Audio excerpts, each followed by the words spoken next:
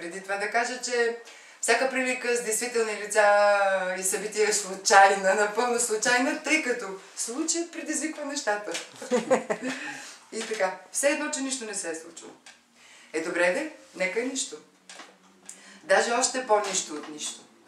Но защо си така разнищен? Но защо съм така разлистена? И защо пак звъниш и питаш? Но защо пак към теб политам? Малко повече от целувка? Целуни ме. Страшно по-малко от благослов. Ама си имало даже и име.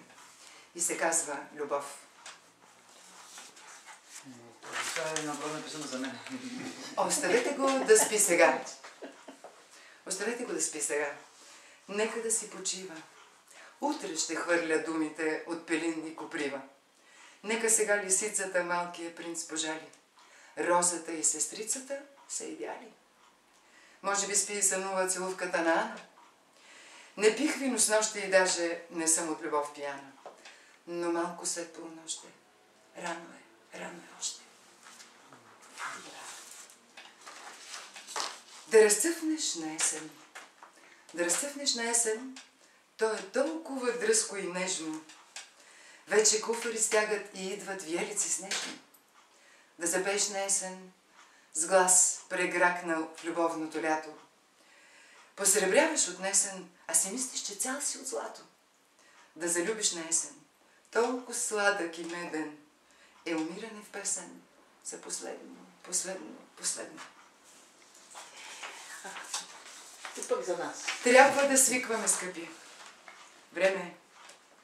Ден да не се видим сега, после 2, седмица, месец, завинаги. Ето така. Първия ден жънем житото. Нали го посяхме заедно, помниш ли? 2 дни вършеем и вятър отвява сламата на въздишките. Седмица. Бог си почива на 7-я ден. Надеждата също. Разумът победител или победен, все едно ще е с мен. И нека на 8-я ден да я умесим тая раздяла, като пита. Кой плакал, кой не, никой няма дори да запита.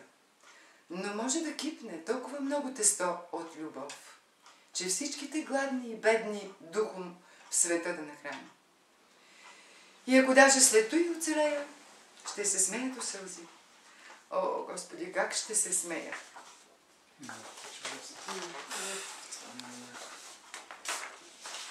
Отивам си. Но виж как благославям мъжките те дни и нощи. И утре пак ще благославям. Пак. И още. Най-светлата жена пред Бога в теб да коленичи. Най-трудната жена в най-труден миг да те обичам. Най-нежната жена и тя в скута си да събере най-безпощадните ти думи и от такива зли, куршумени да ги превърне на цветя. И най-самотната жена с най-тъжната усмивка и най-ефирната надежда с тебе да си ляга. Най-твърдата жена от теб, когато иска да избяга, към теб да се затича, а аз да спра да те обичам. Така е, да. Не искам да те чуя. Не искам да се чудиш, кои парчета истина да кажеш, кои да ми спестиш за винаги или пък за последно. Най-белите лъжи, когато лъжим себе си, не искам да ги чувам. Тази нощ тишината си има рога и е истинска.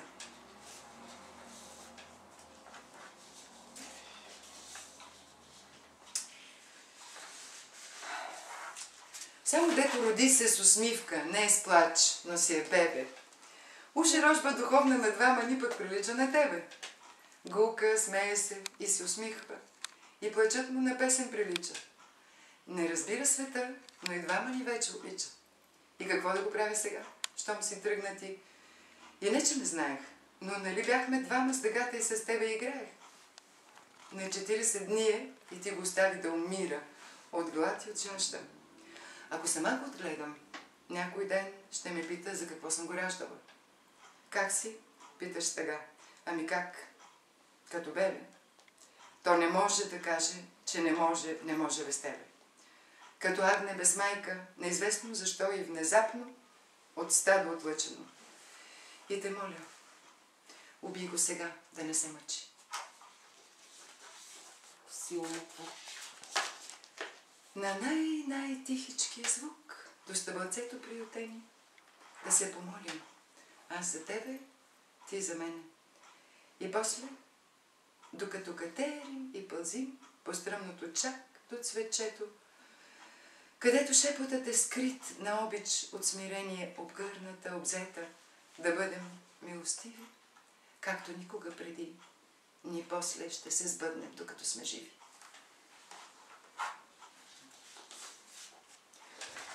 Моето сърце на сън с твоето говореше. Тя не ме послуша, каза моето. Той изобщо не ме чу, твоето отвърна. И мъгла от нежни капчици, неродени, непроляти, между тях се образуваше. Изкъсти се, оплътни се, да я режеш с нож. Твоето сърце на моето тихом пак продума. О, ти, отведи я някъде, че ако е тук наблизо, мене ме боли. Моето му зашептя.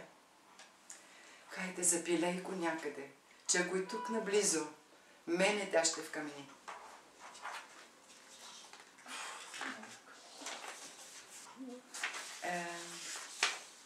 Само секунда. Сега ще разменя само последните две. Така.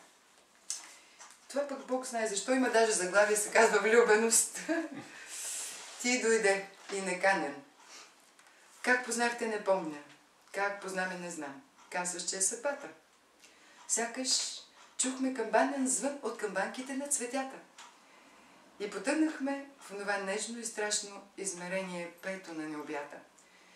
И защо ли любов го наричат, щом те е странно, трепти и звъни, чак не вярваща пак душата. И трепери от огън и от студ, разсъблечено, голо, уязвимо, чувството свято. Изнушна земята, а в същото време не сме на земята. И бездомно, бездумно познание никне направо в сърцата.